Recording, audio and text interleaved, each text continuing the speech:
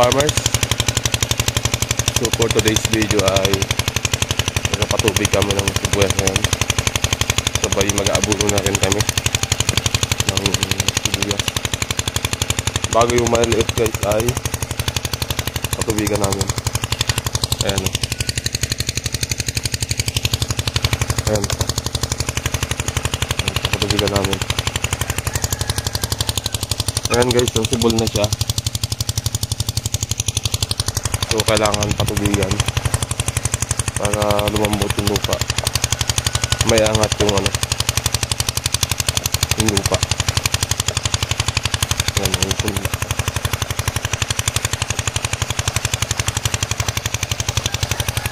So ito ang papalubigan namin. Ayan.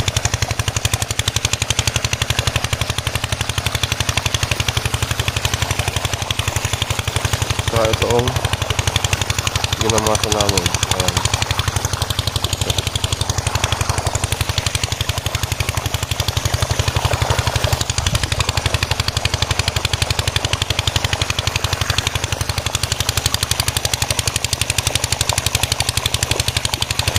Ayan po, kaya tanggal nila yung damong kinamas yung sa kanal. Ayan, lumutang kasi. Patubig kami ng sibuyas. Ayan. Sabay abono na rin.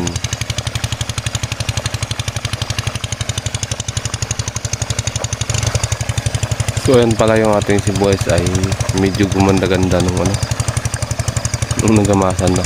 Lumitaw na yung sibuyas. So ayan guys ay medyo manipis dito.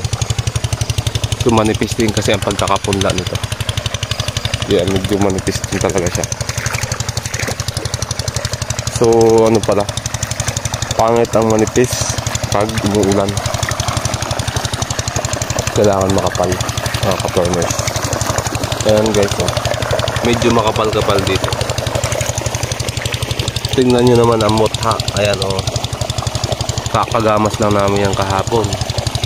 Ayan na naman, sibol na naman ang mukha. Pagkagising mo sa umaga'y maririnig mga ibon umaawit.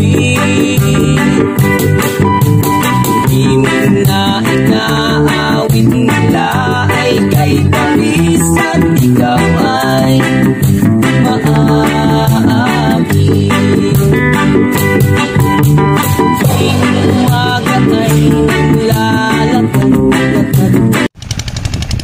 ayan na guys, ang ating punla, yung pangalawang punla natin, sibol na. Ayan. So kailangan namin patubigan sapagkat medyo dasik yung ibabaw, kaya pinatubigan namin para maglambot siya, para maiangat na yung lupa. Lumambot na yung So yan ang kagandahan lang po ng mga palampunla. Kahit medyo lumali, malasik yung lupa, kaya nang iangat. So ito guys ay 8 days dapat to na siya, litaw na. Kaya lang ay matigas yung ibabaw niya, kaya medyo late siya. Pero okay naman siya, okay naman yung sibol niya.